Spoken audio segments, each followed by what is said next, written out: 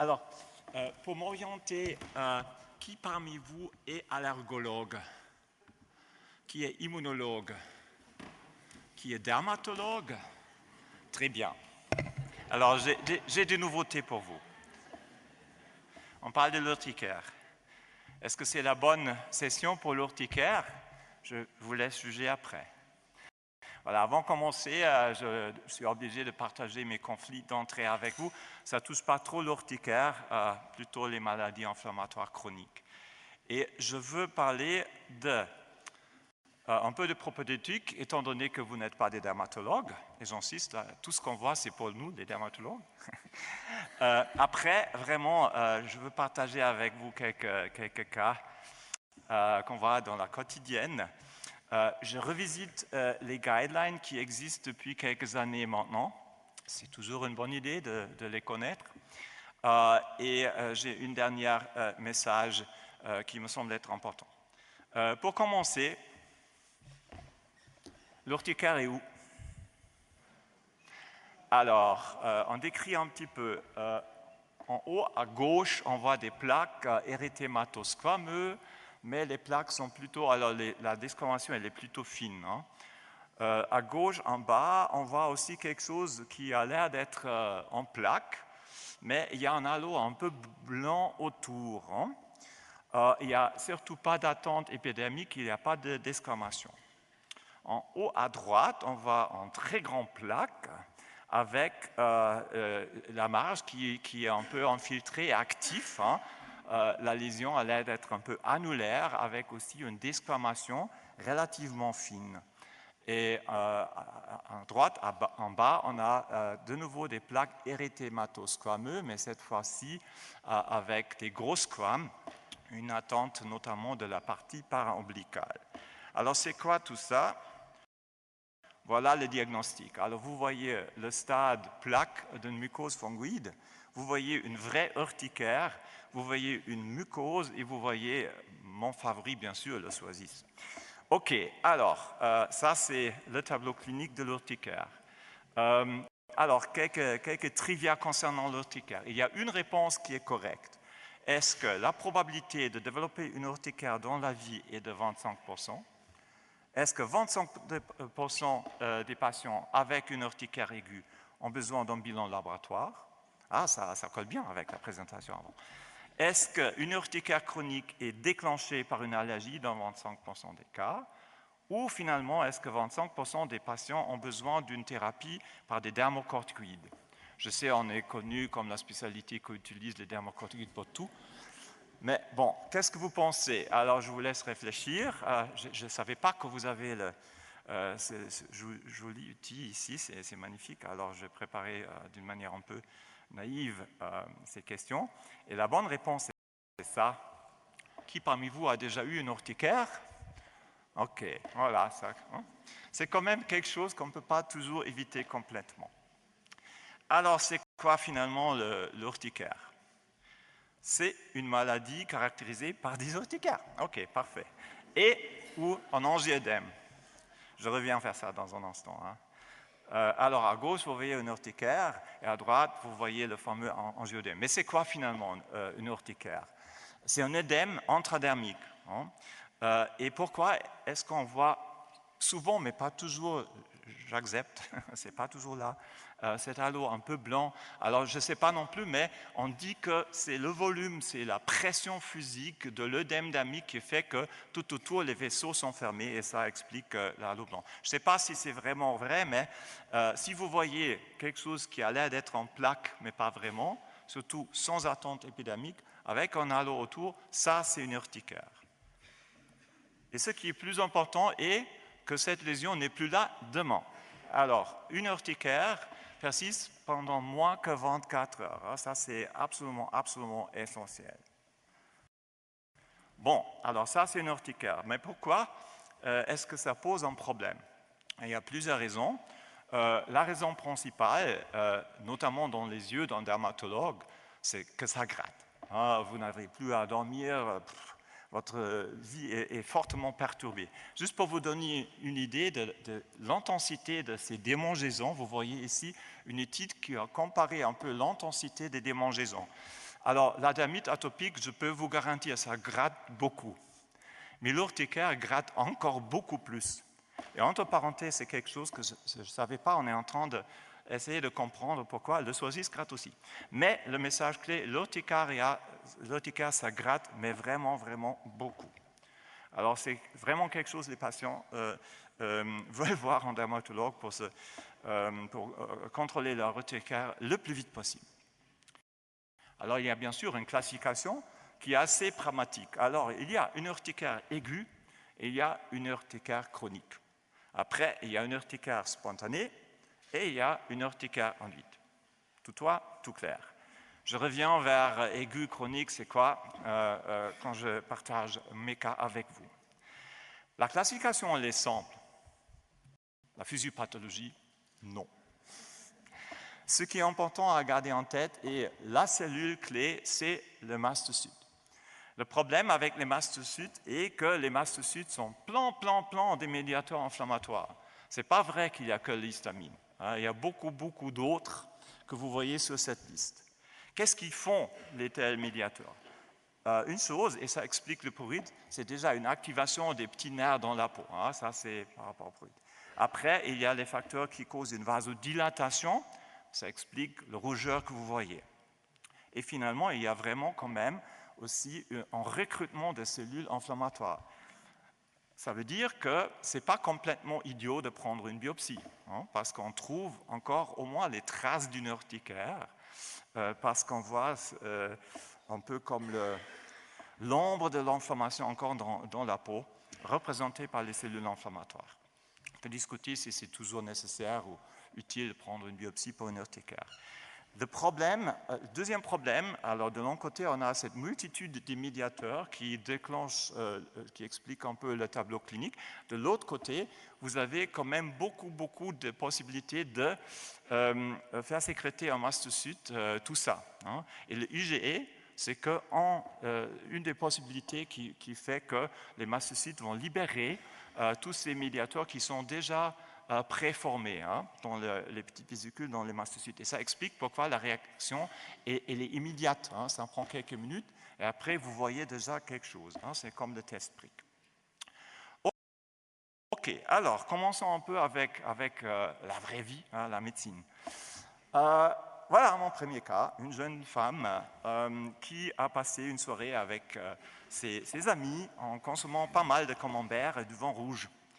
Et après, voilà, ça a commencé avec les urticaires. Elle a mis un peu de phénestylgel parce que ça fonctionne bien pour les piqûres d'insectes qui grattent aussi. Ok, alors déjà, quel est votre diagnostic? Je vous laisse réfléchir un petit peu. Est-ce que c'est qui va dire c'est une urticaire aiguë? C'est relativement court terme, alors c'est aigu, c'est pas chronique. Est-ce que c'est spontané ou est-ce que c'est induite? Qui est pour spontané? Qui dit induite? Ok. Il y a quand même une anamnèse. Le camembert est important, je reviens vers ça dans un instant. Est-ce que vous faites en démarche diagnostique, en laboratoire peut-être? Qui fait quelque chose? Un peu bilan sanguin. Ok, pas trop. Thérapeutique, phénestylgel, la patiente a l'air d'être pas contente parce qu'elle se présente chez vous. Alors, qu'est-ce qu'on peut faire plus? Déjà, mon message à ce moment-là, oubliez tout ce qui est topique pour une urticaire, parce que le plaque est ici aujourd'hui et demain il est là. Alors, oubliez toutes sortes de crèmes, après, c'était peu efficace. Alors ça, c'est bien sûr une candidate pour un antihistaminique, toujours voie orale, et je reviens vers le dosage et lesquels dans un instant. Maintenant, pourquoi est-ce que le camembert et le vin rouge sont importants? Est-ce que c'est une allergie? Non, ce n'est pas une allergie. Ça s'explique par les médiateurs qui sont déjà dans certains tubes de fromage et certains tubes de boissons, y compris, malheureusement, le vin rouge. Alors, il y a des médiateurs dans ce qu'elle a consommé ce soir. Elle n'a pas du tout une allergie, elle a juste déclenché cette réaction parce qu'elle a consommé les médiateurs qui vous donnent ce type de réaction cutanée. Pour cette raison, c'est important de comprendre qu'est-ce qu'elle a consommé vraiment, et c'est une question de quantité, ce n'est pas une allergie. Une allergie, ça se déclenche si vous buvez juste un petit peu, bouf, hein. S'il y a vraiment une allergie, ça suffit de déclencher quelque chose, ou quelque chose de nutritif. C'est une petite quantité. Si c'est quelque chose d'autre, il faut consommer une certaine quantité. Il y a quand même, disons, une ligne rouge sur laquelle il faut taper avant qu'on développe une réaction. Par contre, une allergie, c'est déclenché par des petites quantités d'allergènes déjà présentes. Alors, on modifie un petit peu le tableau clinique. Toujours une jeune fille, mais cette fois-ci, elle a des urticaries depuis 2 semaines et elle se sent un peu malade, un peu fébrile. De nouveau, elle a essayé son Phénestyle-gel avec peu d'effet. Alors, urticaire aiguë, qui dit c'est une urticaire aiguë, 2 semaines? Qui dit c'est déjà chronique? Ça commence. OK. Donc, vous faites une petite démarche diagnostique, un petit bilan laboratoire. Qui fait quelque chose? Tube bilan sanguin? Personne. OK. Et thérapeutique, voilà, de nouveau, oubliez le Phénestyle-gel, prescrivez un antihistaminique, voire oral. Alors ça, c'est encore une urticaire aiguë. On dit jusqu'à 6 semaines, c'est aigu. Et après 6 semaines, c'est chronique. Alors ici, vous avez fièvre, peut-être, elle a un petit infect. Alors c'est plutôt quelque chose para-infectieux. Et ça dépend un petit peu de ses symptômes autres, si elle est vraiment malade. Alors, d'un point de vue médecine interne, on va peut-être chercher quelque chose.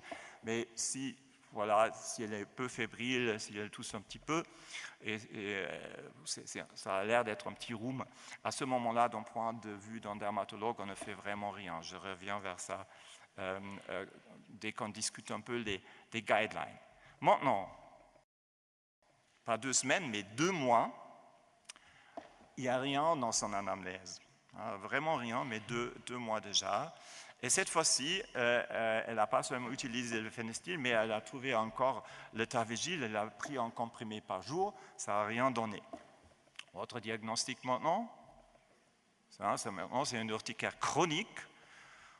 C'est une urticaire chronique spontanée parce que vous identifiez rien là, alors il n'y a pas de facteur déclenchant. Et là, il faut commencer à penser il faut que je cherche quelque chose, il faut que je creuse. Alors, je reviens vers la démarche diagnostique, ce que fait sens et ce qu'il ne faut pas faire dans un instant. Et maintenant, c'est quand même étonnant, un antihistaminique oral, pourquoi est-ce qu'elle ne répond pas? Quel est le mode d'action des antihistaminiques? Ça bloque le récepteur. C'est-à-dire votre efficacité démontre une corrélation linéaire avec le dosage. Et ce n'est pas si rare qu'un patient ne répond pas à un comprimé de n'importe quel antihistaminique par jour, et la solution est d'augmenter le dosage. Alors, moi, je commence toujours avec 4 comprimés par jour. Je suis déjà prêt de répondre aux pharmaciens, oui, monsieur, 4 comprimés, c'est la bonne dose. Je sais bien qu'un comprimé par jour, c'est bon pour 2 cm² de muqueuse, mais pas pour 2 mètres carrés de la peau, parce qu'il faut bloquer les récepteurs. Alors, il faut avoir une certaine quantité de molécules, autrement, ça ne peut pas fonctionner. Ça ne veut pas dire que vous êtes obligé de toujours commencer avec un comprimé, mais dès que les patients arrivent chez nous, ils ont déjà essayé un comprimé par jour. Alors, deuxième étape, augmenter le dosage. OK. Maintenant, dernier cas, toujours la même patiente, mais cette fois-ci, elle est très, très sportive, elle fait un effort et pouf, après quelques minutes, elle a son urticaire. Votre diagnostic? Alors, ça se répète, c'est donc chronique récidivante, le diagnostic. Est-ce que c'est spontané ou induite? C'est clairement induite. Ça, c'est la fameuse urticaire cholinergue, c'est l'effort physique. Est-ce qu'il faut faire une démarche diagnostique? Probablement pas. Mais le plan thérapeutique, c'est intéressant. Alors, qu'est-ce qu'on fait? Imaginez-vous, c'est peut-être, elle fait de sport au très haut niveau. Vous ne pouvez pas sans autre prescrire des antihistaminiques parce que voilà, même si on dit la deuxième génération, ça ne fatigue pas trop, peut-être ça fatigue quand même pour ne pas gagner une médaille d'or à Paris prochainement. Alors qu'est-ce qu'on fait? Alors là, il faut être pragmatique, c'est ce que je proposais à elle. Je dis à elle, alors il faut se chauffer avant que vous avez votre compétition. Alors faites-le un peu plus tôt que normalement parce qu'après tout est fait. Alors vous vous trouvez avec les symptômes avant votre compétition. C'est mieux de souffrir pendant la compétition de la réaction. Si vous pouvez faire un peu de timing là-dessus, c'est mieux que rien. Alors, a priori, autrement, on peut essayer de supprimer le mieux possible, bien sûr, une telle réaction, mais certains médicaments, on ne peut pas les donner parce que c'est le dopage. Il y a quand même encore une discussion, est-ce qu'on ne peut pas donner un stéroïde, par exemple, pour une urticaire qui ne répond pas à 4 comprimés d'un antihistaminique? C'est exclu pour quelqu'un qui exerce son sport à très haut niveau. Alors finalement, pour mettre tout ça en ordre, c'est le moment de peut-être revenir vers les guidelines. Alors ça, c'est la recommandation clé que je vous invite à étudier un petit peu. C'est vraiment très très bien fait et c'est au niveau international, au niveau européen. Mais c'est plus ou moins identique avec ce que disent les Américains pour une fois. Ok, alors ça commence de nouveau avec la classification. Il regarde aussi un peu plus en détail le phénomène d'avoir que des angioïdèmes, parce que là c'est une question, est-ce que c'est hérédité ou quoi? Là on parle de notre mécanisme, d'autres médiateurs qui sont clés comme le bradykinin, mais après c'est le démarche dont j'ai déjà parlé pour classer une urticaire aiguë, chronique, spontanée ou induite. Ça se répète ici. Alors regardons ce qui est, à mon avis, très très important, la démarche diagnostique. Une urticaire spontanée aiguë, il ne faut rien faire, parce que ça va s'arrêter même spontanément. Les patients préféreraient qu'on travaille sur les démangeaisons, mais a priori, vous n'êtes pas obligé d'embarquer sur une grande démarche diagnostique. Dès que c'est chronique, ça change. Et si c'est chronique spontanée, je m'excuse, c'est très petit, mais il y a une petite série de tests qu'il faut faire, parce que spontané, ça veut dire vous ne tombez pas sur quelque chose dans l'anamnèse. Alors faites une formule sanguine, regardez s'il y a une inflammation par le CRP par exemple, faites l'IgG pour le tréponema et faites peut-être un IgE total pour savoir s'il y a un terrain atopique. Et à droite, vous trouvez tout ce qu'il faut faire s'il y a un élément dans l'anamnèse. Alors, quand est-ce qu'on mesure la tryptase? Il y a peut-être des petites taches brunes, alors une mastocytose par exemple. Ou voilà, si les patients ont mal au ventre, est-ce qu'il faut chercher un Helicobacter pylori, etc., etc. Mais ça se décide cas par cas. Alors, il faut éviter le réflexe « Ah, urticaire spontanée chronique, j'ai besoin de 2 litres de sang. » Non, non, non, non. Alors, 10 millilitres et encore un petit gouttelette pour la formule sanguine, et ça suffit pour une urticaire spontanée chronique. Même ça. Après, si c'est induite, vous connaissez tous les différents facteurs physiques, etc. Je parlais de l'effort, alors cholinergique, la pression, la température, le froid, le chaud, toutes sortes de facteurs qu'on arrive à identifier quand on prend bien l'anamnèse des patients. Et comme vous voyez, de nouveau, la solution, c'est rarement un bilan sanguin. Ce sont plutôt des tests type provocateur. Alors, identifie par l'anamnèse le facteur déclenchant et on fait le test. C'est comme par rapport aux allergies qu'on a discuté tout de suite. C'est le test qui démontre que c'est vraiment important pour cette patiente-là ou ce patient-là. Et c'est rare qu'on a vraiment besoin d'un bilan de sang exhaustif. Bon, après, on traite. Et pour savoir si c'est efficace ou pas, il faut mesurer l'activité de l'urticaire. Il y a le UCT, le Urticaria Control Test. Ça, c'est reconnu comme le standard. Ça permet de gagner beaucoup de temps parce que vous n'êtes plus obligé de compter combien des urticaires a le patient chaque jour. Alors, il y a 4 questions avec 5 options de répondre et ça donne jusqu'à entre 0 et 4 points. la corrélation avec ce qu'il faut faire est démontrée là. Si le score est au-dessous de 12, ça veut dire, si vous regardez ici, le patient va répondre à « il y a un problème sur les symptômes, etc. C'est évident qu'il faut intensifier le traitement, on en parle dans un instant. Si le score est déjà très élevé, vous avez plus ou moins stabilisé la situation. Ce n'est pas encore résolu, mais vous avez stabilisé. Ça veut dire qu'il faut peut-être tenir encore un petit moment, il faut continuer avec le traitement que vous avez mis sur place à ce moment-là. Et si vous êtes à 16 points, ça veut dire qu'il n'y a plus rien, le patient est complètement satisfait. Et vous pouvez, et ça c'est important, pas arrêter tout de suite brutalement, mais diminuer petit à petit le traitement qui a réussi de se débarrasser des signes et des symptômes. Alors, comment réussir?